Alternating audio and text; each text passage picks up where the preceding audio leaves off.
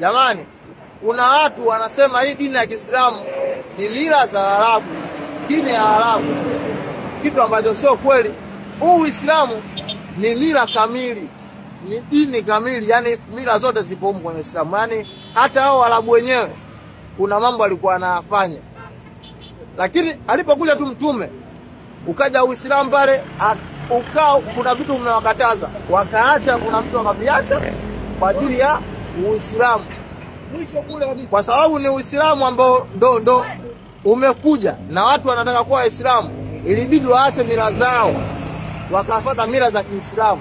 Sasa hivi utakuta mtu yeye anakuambia Muislamu lakini atasema sisi tuna mila zetu, au sisi Uislamu ndo mila kamili. Wewe kama una mila yako utakao umetoka kwenye Uislamu, hizo mila za kwenu si za hata achana nazo. Uislamu ndo mila kamili. Kama unafuata Uislamu, fuata Uislamu kama ulivyo na mila zake kama zilivyo.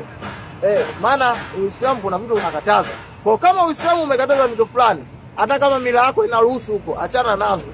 Na kama Uislamu umeruhusu kitu fulani, hata kama mila yako inakataza, wewe fanya kile kitu, kwa sababu hii dini sio ya Waarabu, sio ya nani, hii dini ni ya Mwenyezi Mungu. Ndio maana Waarabu wenyewe walibadilika mambo yao walikuwa wanafanya mwanzo, wakabadilika wakaanza kufuata mila ya Uislamu. Na sisi wengine tuachane na hizo mila nyingine hizo. Sisi ni Waislamu, basi tufuate mila ya Kiislamu.